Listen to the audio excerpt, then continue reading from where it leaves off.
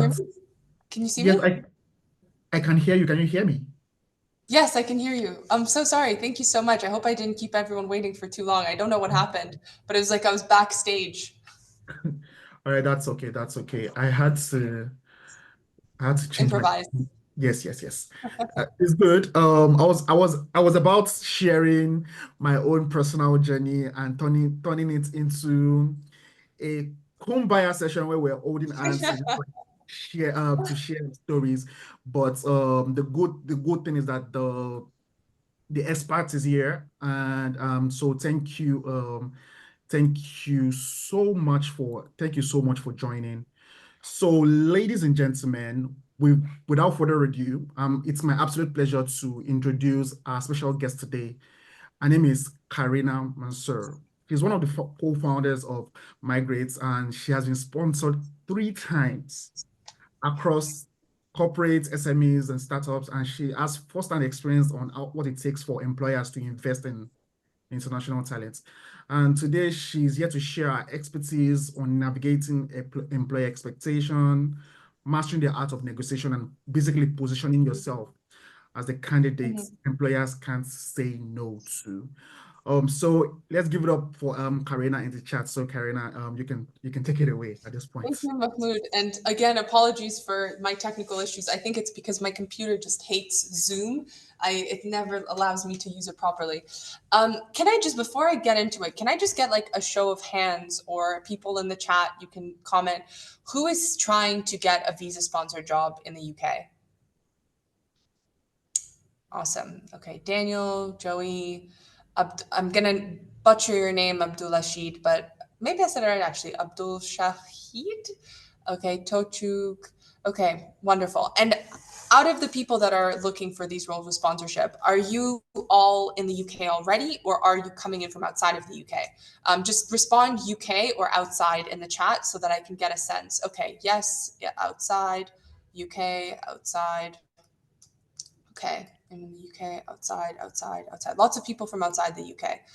Okay, nice. And I'm assuming that given you are all part of the transition school, that you are all probably wanting to be somewhere within tech, which is great because I think that a lot of the time people, especially from outside of the UK, think, oh, if I want to come to the UK, I have to be a carer or, I need to work in construction or hospitality. And what I'm here to tell you is that you don't need to go down those pathways to move to the UK. So I'm going to tell you a little bit about my journey first, and I'll tell you about Migrates and also my co-founder's journey, and then I'll explain a little bit about what you should be doing if you want to land a visa-sponsored role. So whether or not you're in or outside of the UK. So I came to the UK when I was 16. I had no network here. I am originally from two very popular countries, Russia and Israel.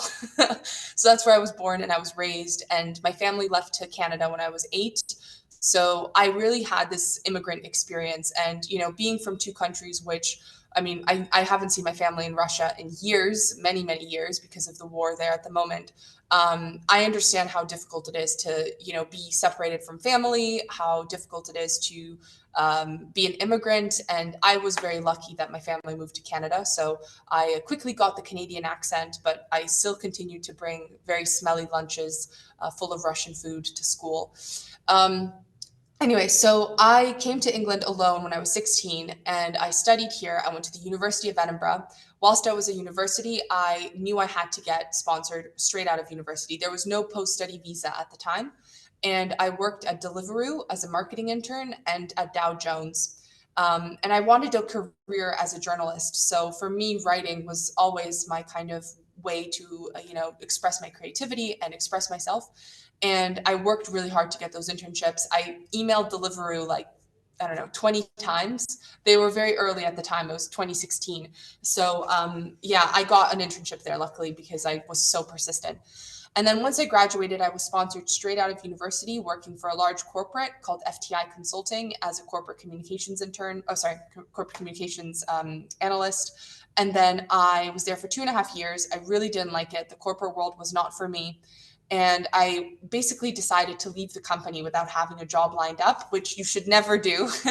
Big mistake. I did not understand all the immigration rules at the time. So I had 3 months to find a new job. And I convinced an agency to get a license to sponsor me, and I joined as a marketing and kind of social media manager. At which point the pandemic hit, and my whole team was basically being made redundant. I kept my job, but I was very much at risk. So I went to Canada and I got what is called the Youth Mobility Scheme visa. And if there's any Indian nationals on this call, you might know it. There's also the equivalent in India, but in India, it's on a ballot basis system, whereas in Canada, if you're Canadian, you're granted that visa. Came back, but that meant I stopped my immigration track to residency on the skilled worker route.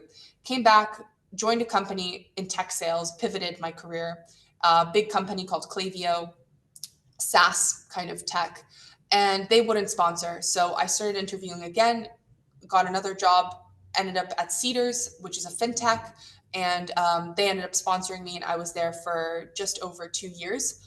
By that point, I was eligible to apply for residency on the 10-year track, which means that if you've been in the UK for 10 years, you can actually qualify for residency. I did not an easy track, very complicated. And if you are considering that, please do get in touch because I have a very good lawyer that I worked with that was quite cheap as well, to help me on that journey. And I'm happy to talk to people about it. Anyway, by this point, I have a vendetta against the Home Office. I am sick of, wasting years of my life on visas. So I started making TikTok content about my immigration journey, and you can follow me. It's called True Life of Karen. It's a funny joke. It's another story for another time. But I started making content about immigration, got really popular, and then I started just getting on calls with people and helping them for free, not even, not doing anything as a business. At which point it's True Life of Karen. I was making fun of Karens because they're typically not the most popular name. Anyway, so that was a long time ago. And then and then I started making content, and that is when I got this idea. Okay, there's no platform that exists to help people find jobs with sponsorship. And I connected with my co-founder Rim of Rim Creates. She's also on TikTok, who very similar story to me. There are some differences. She's from Morocco. She came and studied at UCL, was sponsored 3 times in data science roles and data analyst roles. And she managed to kind of go through very similar journeys to me, was made redundant, convinced companies to get a license, and got settlement after 5 years on the skilled worker visa. So we combined forces and we decided to build Migrates. And what is Migrates? Migrates is a community platform as well as a job board. Is it okay if I share my screen just so that I can actually show Mahmoud what it looks like? That's okay. You could Is that all right?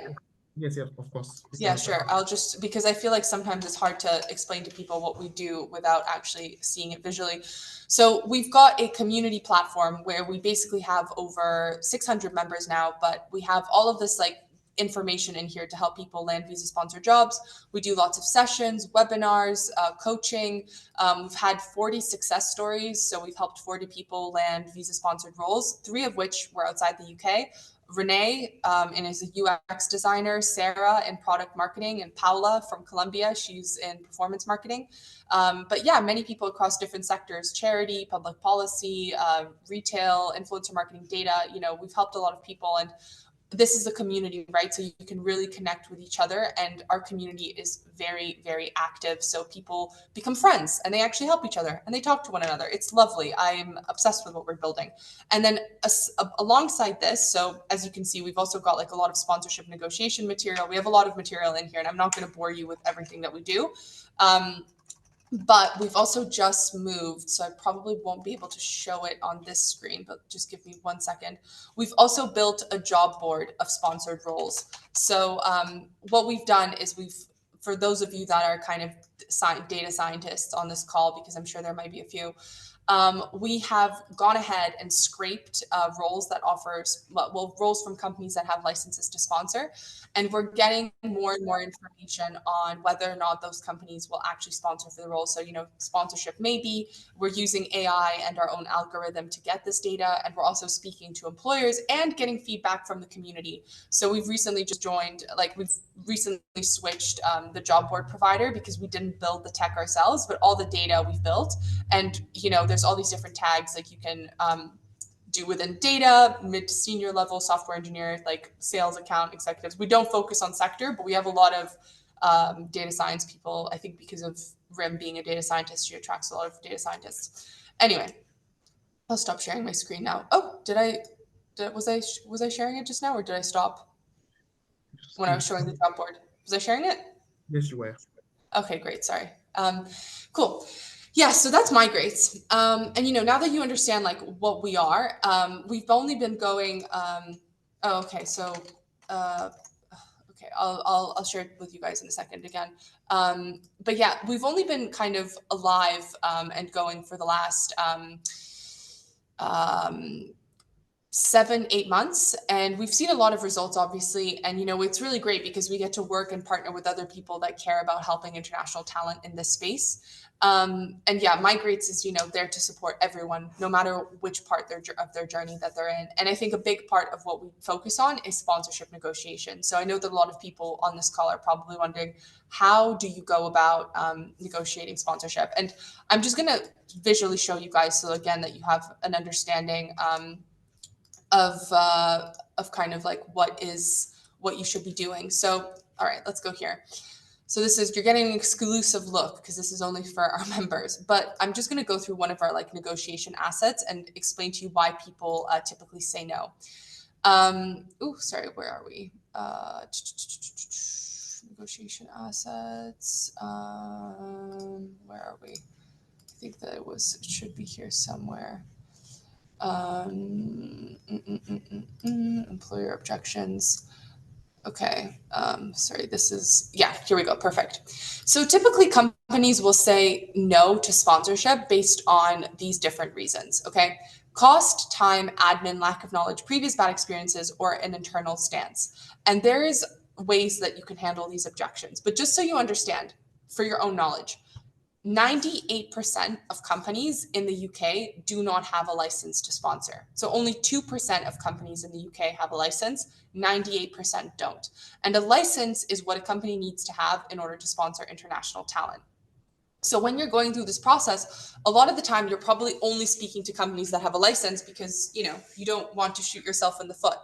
But there's an argument to be made that if you are the right talent, a company will get a license to sponsor you. And we've had this happen, like for many of our success stories. For example, Catherine, who's from China, she was 6 months left on her graduate visa, was in an interview with Attraction Tickets, convinced them to get a license in the interview to sponsor her and for a marketing role. So nothing crazy, right? So companies will do it for the right talent. And this is a whole thing of what we teach in Migrates, and other kind of communities and coaching will help you understand as well. But this is what we do a bit separately: is how do you become the right talent to get sponsored?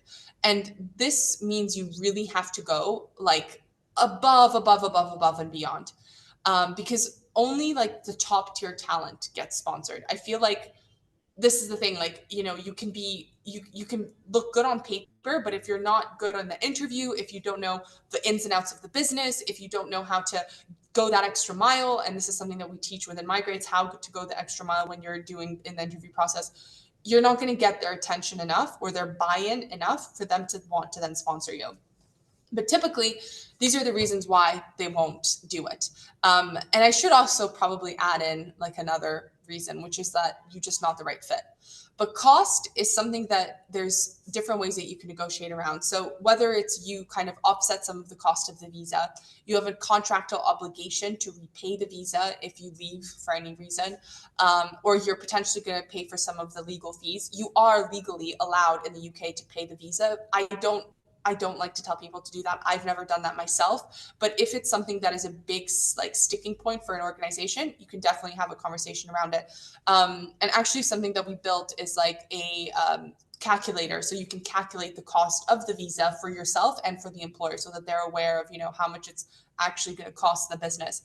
Time. So time is again something that is a perceived understanding around why it's not possible, because there's different things that you can do. You can get priority service. You can also show them like with absolute clarity what the timelines look like. The Home Office publishes this information.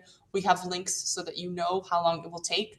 But yeah, like time is something that you can say. You can also work around. Like you can say that you'll work remotely. You can say that they can trial run you for a few weeks before they actually commit to it. Admin. For admin, it's like this is the common objection for this that typically looks like we don't have enough resources to help kind of facilitate this at this moment. typically that means that the company is quite small and that they don't necessarily have the means to actually go through this process, right? So what you then need to do is step up. And throughout all of these different objections, and actually throughout the entire process of landing a job with sponsorship, you have to own it. Like you have to know every single thing about it. You have to know every single thing about the legal infrastructure in the UK, how it can support you, how you can support the employer. You need to know so much that when they're speaking to you about it, it's like it just comes naturally to you and you make it look easy, because even it's not easy. It's not. It's definitely not easy. But if you give them that understanding that it could be easy, they will be more likely to go for it. Um, Lack of knowledge is something that actually kind of permeates every single one of these subcategories, because education is not something that employers invest into about the immigration process unless they've done it before, or maybe they're an immigrant founder, which there are many of.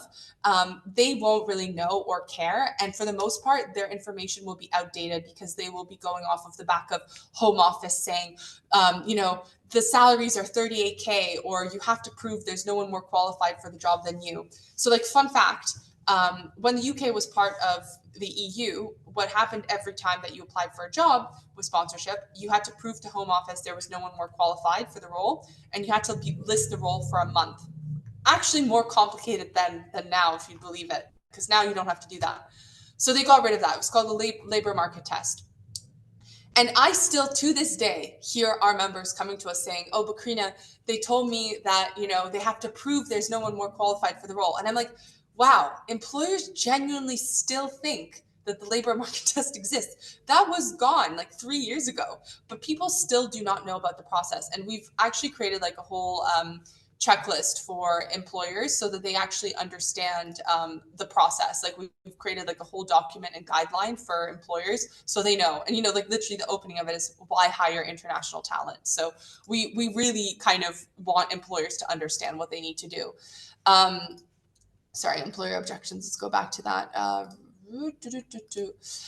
Yeah. And then previous bad experiences, not really something that you can change, but you have to build a business case around why you're different. An internal stance is typically also not something you can really change, because if they say that we'll only sponsor for senior hires, that's probably because they've only budgeted for that, and you can't really change around that. But you can always still present yourself as like the strongest candidate. And all of these reasons, the reasons why they'll say no, I'll tell you the reasons why they say yes. And I don't really have a pretty graph to show that, but I'll tell you guys to the camera. They will say yes if they think that you're the right fit. And the right fit is multifaceted. You have to be the right skill set fit.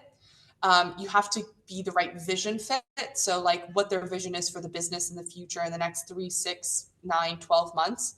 You have to be the right culture fit, and you have to be kind of the right company fit. The last two things are much harder to educate people on, because you know I, for example, I'm super extroverted and I'm chatty and I'll talk to anyone, and I will always be very like passionate and excited. But for someone who's more introverted, how do you come across as someone that's very passionate and interested in the business and the organization and wants to make a case for themselves without, kind of compromising on who you are as a person? Not easy to do. Again, something that we teach in Migrates, we have like what is called a me deck. So people put together a presentation on themselves before they go into an interview, and we've kind of built the template for it so you can just copy it. And people have seen a lot of success using that formula. But what it means is that in the interview, once you kind of get past through the first hurdle, which is having perfect assets, like your CV needs to be top notch. It needs to be like so bulletproof that truly nothing like can kind of, go past it. Your LinkedIn, again, your LinkedIn is more important than your CV, because actually people will typically look more at your LinkedIn than they will your CV these days. And like the way that you're networking, the way that you're using your own network, how you're speaking to people, how you're engaging with people online, all very important. And then once you have like your assets kind of completed and done, and you're going into the interview process, you have to wow them every single step of the way. And becoming that candidate is not an easy journey. It's one that requires training and support and help and mentorship. And, it's why we exist. It's why Transition School exists. It's why so many other organizations exist. But advocating for yourself as part of that visa process, if you don't do all of those things beforehand, you won't be able to advocate for yourself as much. And I think that like that's really difficult for a lot of people to kind of come to terms with, is that like, how do you become the best candidate? And also like, where can you be the best candidate? Because you could be the best candidate at a startup, but you maybe aren't the best candidate at Goldman Sachs, right? Like two very different spaces. So as part of that whole how do you be the best candidate exercise, you also need to understand where will you be valued and seen for your skills and your ability to deliver. And this is again something that we teach too. It's like figuring out what is kind of like your sweet spot, where you should be working. And my own kind of experience will tell you that small startups, series A to B, kind of very early on, small organizations, I'm talking less than 50 people, are the places where you will actually be able to get people's buy-in, because there's less bureaucracy, there's less management, there's less HR, there's less kind of rules to go by. And a lot of our members have seen success in getting jobs within smaller companies where they actually are able to show exactly why they are a fit, from a skills and cultural perspective. Um, okay. I think that that kind of like covers kind of the first points. Is there any questions that immediately come up? Does anyone want to talk about their own situation? Get some of my insight, before I kind of go and talk a little bit about negotiating sponsorship? No? No questions? Nope. Um, okay. So yeah, so I guess like, once you've become the right, oh, okay, someone has said hi. Yes, hi. I don't know how to say your name. Chaloham? Do you have a question to ask? No? Okay. Uh, oh, you tried to unmute. No worries. You can just type your question in the box. I'm happy to answer it that way. Um, how can we get into Migrates? You can just go on our website and you can trial us for free, or you can join one of the memberships. So Cello, I'm just going to give you a second to answer to write out your question, but I wanted to talk about where to find kind of sponsored roles as well. Daniel has asked, is there a possibility for a one-to-one session? I very rarely work with people one-to-one. Migrates is now over 600 members, so I support the community as much as possible, and I don't really work with people one-to-one unless it's like just around sponsorship negotiation, because what I'm very good at is convincing employers to sponsor and building a business case. So what I've done for several members is like literally created email templates and given like a whole rundown of that person. And I've actually even spoken to the employer. So I will get involved in the conversation. It's happened 2 or 3 times now, where the candidate will tell the employer, look, like I want you to speak to someone that knows the ins and outs of this process. And I'm not a lawyer, but I will do it. And we actually also work with a lawyer who will then come in and also help with the legal side of things as well. So we're really like a full-fledged solution, like we kind of want to help from every perspective. Okay. So someone said, can an entry-level data analyst apply for job sponsorship? Okay. And then someone asked, hey, I have a question. Usually these days kind of aptitude testing about couple situations. How do you consider what role option would be the best for the role? How hard is it to get sponsored for finance roles? Okay, so lots of different questions. So when it comes to entry-level data analyst positions, I know that like the data analyst sector is just full of talent and not enough job opportunities, but of course it's possible to get sponsored. I think that what you need to start doing is building a portfolio and focusing on kind of like a niche area of data, or perhaps a certain sector that you can kind of hone in your own skill set on and be the expert at that. Because what I've seen as a trend is that people that get sponsored will do it because they are specifically good or like specifically knowledgeable at something. So instead of being a generalist, which is like, you might be good at like marketing and you can write good copy, or like you've worked traditionally with like a lot of different companies in an agency setting, you actually need to focus on like a specific sector within marketing. So like SEO, right? And then just be really good at that. Yeah. And then,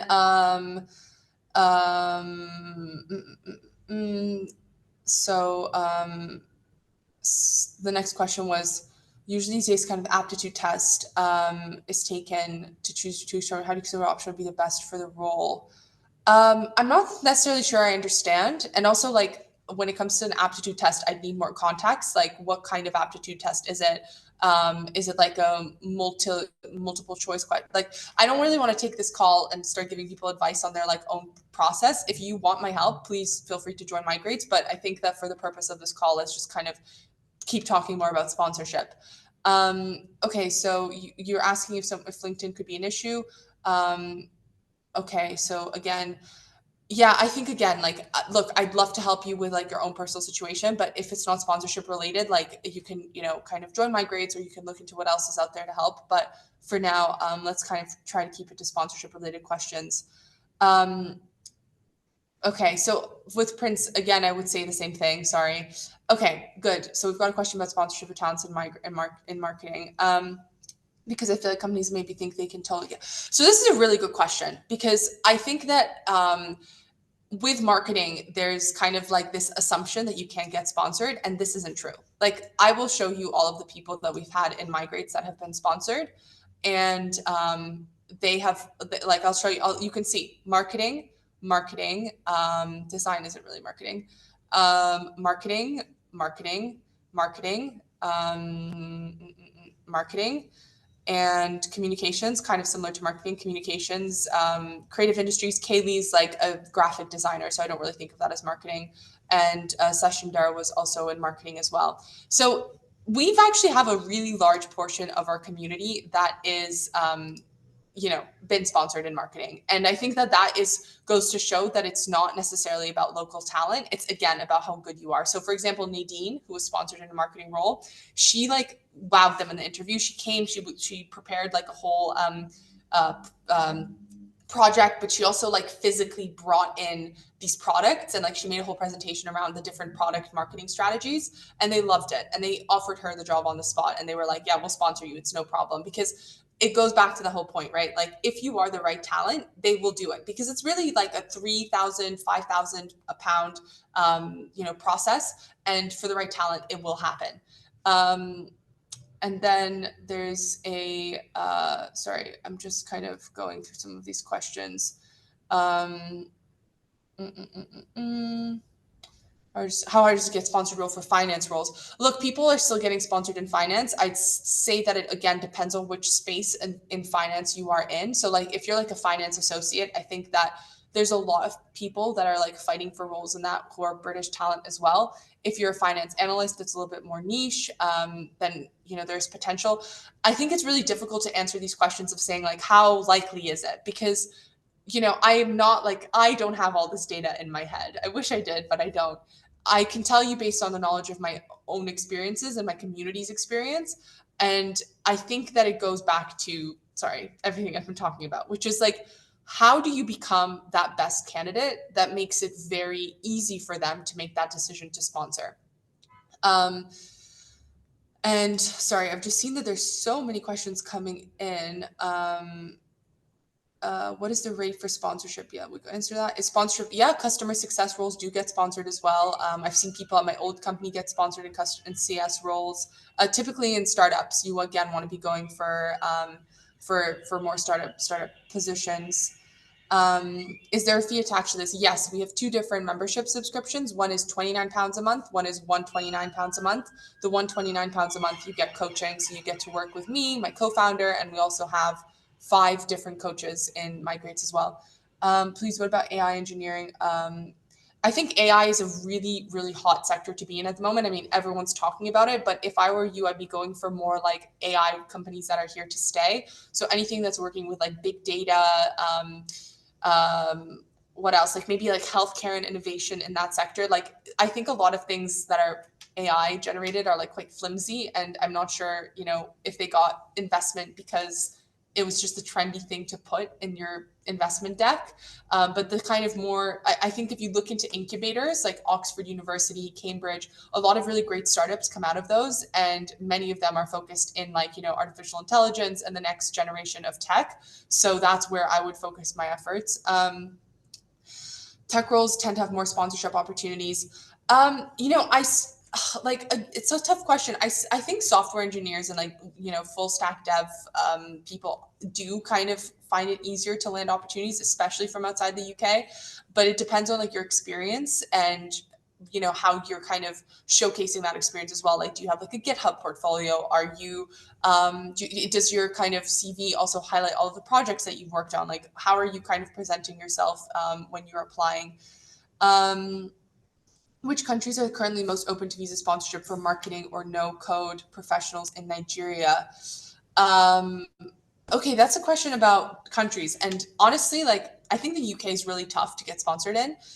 If I'm not as up to date with other kind of hiring trends for international talent across the world, but I would say that like there's a lot of really great visas in Europe. Like for example, in Spain, there's this digital nomad visa where you can basically work there as long as you're making, I think, like 3,000 euros a month. So you might have to be in a remote focused role. There's one in Lisbon as well. So there's a lot of like digital nomads that move to these countries. But yeah, that's kind of that's where I would focus my efforts on, like places where it's easier to get more like nomad visas as opposed to going down the skilled worker sponsorship route. I used to think that Canada was quite good, but I've spoken to a few people recently have told me that Canada is also really hard to get sponsored in. Um, yes, we do help getting product marketing and product management roles. Engineering, I mean, like our members are from everywhere, like every sector. We're really sector like agnostic. We're not focusing on anything else. Um, uh, um, global talent or COS sponsorship. Um, Sure. Okay. So there's a lot of questions around like companies and using different like resources. And this is actually what I was going to talk about. So where do you start when it comes to actually like finding these jobs, right? And so we've built a job board. Oh, sorry. Someone just said, how can I be guided towards building on the skills I have of getting a job with sponsorship?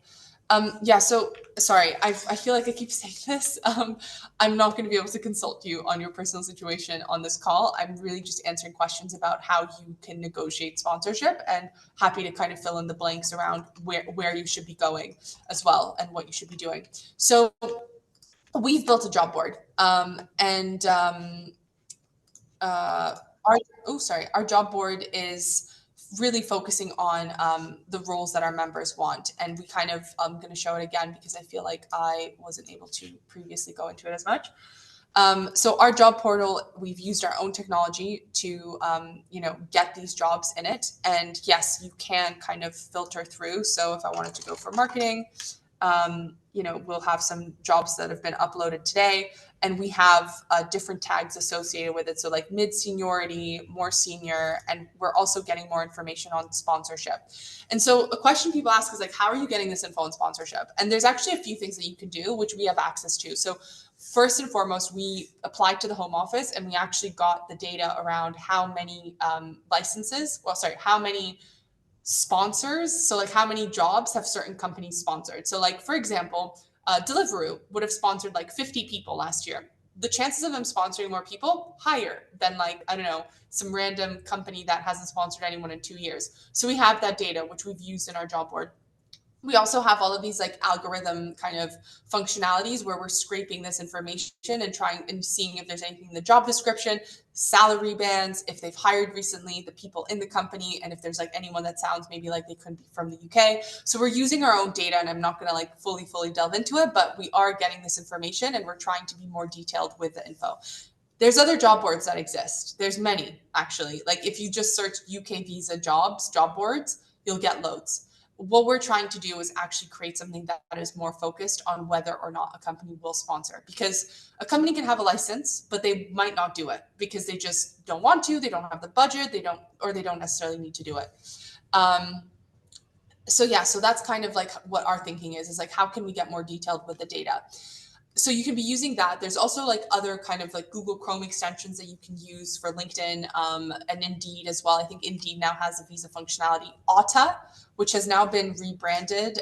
So it used to be Otta. Now it's Welcome to the Jungle. They have a filter where you can tick and say like, I need visa sponsorship. That's pretty good. So these are all places that you can kind of start using on your own job hunt. But beyond just applying for a job, like what else are you doing? Are you messaging the hiring manager? Are you emailing them? Are you connecting with people in the business? Are you sending them a cold outreach message that is really kind of like showcases who you are and your talent and abilities? Because all of those things are very important. Like the job, it's the job hunt itself.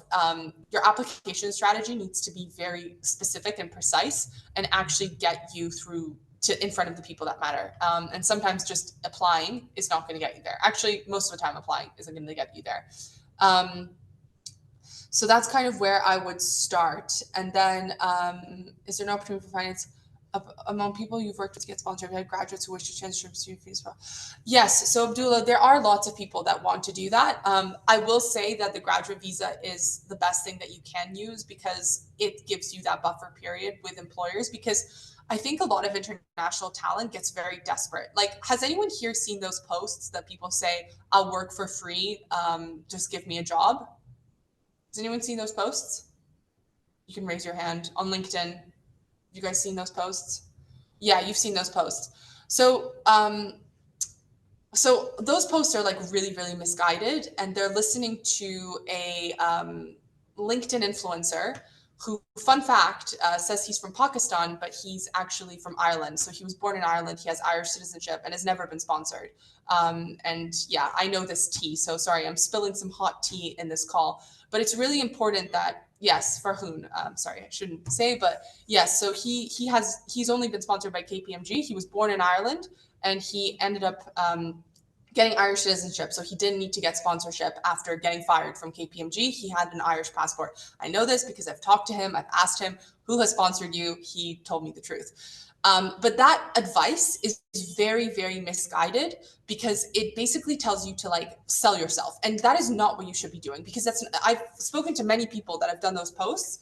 They've come and they've joined Migrates afterwards and they've said like, I actually had to pay this guy like £500 to post this on LinkedIn and I got no leads out of it. And let me tell you a little bit why that is the wrong strategy. Employers will not like go for you just because you're going to get your visa's going to expire. They're going to go for you because you have like the right kind of mentality, that you're able to show to them that you have the right skill set and that you can kind of give them that insight as to like who you are and why you're the right fit for the business. So doing posts like that and just like saying please like take me, not going to get you there. You need to start thinking of yourself as like being very good talent and almost like not getting like an ego, because I don't think that you should walk into an interview and say like you should hire me, but be more picky. If you're on the graduate visa and you've got 2 years left, go for the companies where the culture is a good one. Look at Glassdoor, see what people are talking about the organization. Try to get an understanding and a sense of like who works in this company. Have they worked there for a long time? Do you think like do they enjoy working there? Because if you're especially going for like a smaller company, if the culture of that business is a good one, they're more likely to see the fact that like it's going to cost them 3-4 grand to sponsor you. You're a great employee, you do a really good job, you work very hard, they'll go through the process for you. So you need to be thinking about it like that. And the graduate visa gives you that buffer. Like look, when I graduated there was no graduate visa. It was like being pushed into the ocean like and being told like swim when you don't know how to swim. But at the same time, like whilst that was good in some ways, it also didn't allow me to actually understand what I wanted to do, and I did not want to work in the corporate world. So you have this opportunity. I think that what you can do during that time is find the right company, start working for them, which is easier said than done. But once you do have that kind of employer that you want to work at, after 3 months, make sure that you have the conversation with them. Like once you've passed your probation, start talking to them about your immigration status. Because if they tell you no or maybe at that point, you're not going to change their mind. Like maybe you could try again after 3 months, but after a 6-month period, if they say no, you've got, your clock is ticking down. You need to find something new and go for something else. I have so many people that come to us after having like only 2 months left on their visa. It's tough. So, and yes, there are opportunities for finance professionals. Like I think I did show, I'm just going to go back to showing our success stories quickly. but yeah, we've had a few people who are in finance also get jobs. So yeah, Lena got a job with sponsorship working in finance.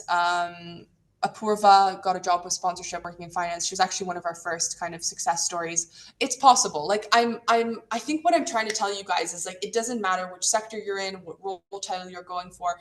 Things are always going to be competitive. The job market right now sucks. Like there's no way of sugarcoating it. It's gone a little bit better, but it still isn't, it's not a good job market.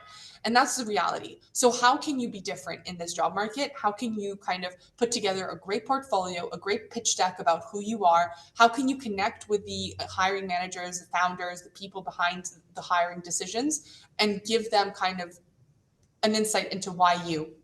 This is really important. When you are doing that, if any of you do cold outreach, do not email someone telling them 10 reasons why to hire you.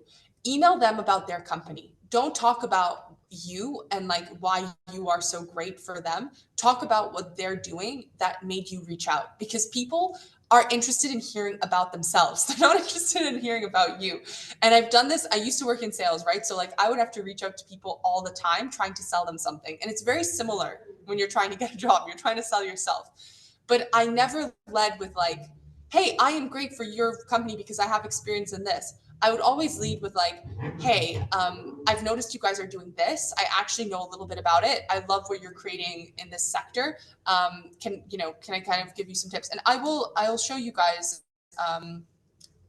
Sorry, I'm just going to show you guys my most recent job that I got with Scale Up Finance, which actually wasn't sponsored, but like I've always taken this approach. And this is something that we also teach within Migrates. But when I first applied for this role, it wasn't sponsored. Like this was my first non-sponsored role after I got settlement status. I applied for the role using the traditional channels, and then I messaged the CRO, so the head of kind of sales, and I said, "Hey Andrew, thanks for connecting. I'm speaking to Gaurav, the hiring manager, about the AE role on Monday, but wanted to connect with you nonetheless. I'm at Cedars, so majority of what I do is help founders raise funds, and I've amassed an extensive founder network in the UK as a result. Hope you're having a great Friday. Potentially connect with you at a later point."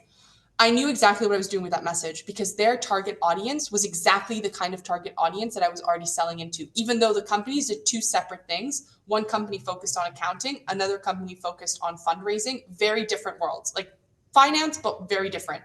And I knew that the people I worked with would be like the people that he would want as clients. So that's kind of the way that I positioned myself. And you have to be smart about it. Like, don't just like go straight in and say like, I love what you guys are doing. Like, please, can you hire me? You have to be smart about it. You have to explain like, in a very nuanced way, like why it is that you might be someone that is worth speaking to. Because no one's going to get on a call with you just because you think you're great. They're going to get on a call with you because you think their company's doing something great that you can then talk more about. Okay. I think I've spoken for a long time. So, Mahmoud, I know I've kind of gone everywhere and, spoke about sponsorship negotiation, but hopefully I've given some people some insights and some help. If there's any questions specifically about sponsorship, I'm here to answer them. So if you guys have anything else, please let me know. But yeah, otherwise, you can find us, Migrates. We'd love to help more people. So yeah, but hopefully that's been helpful.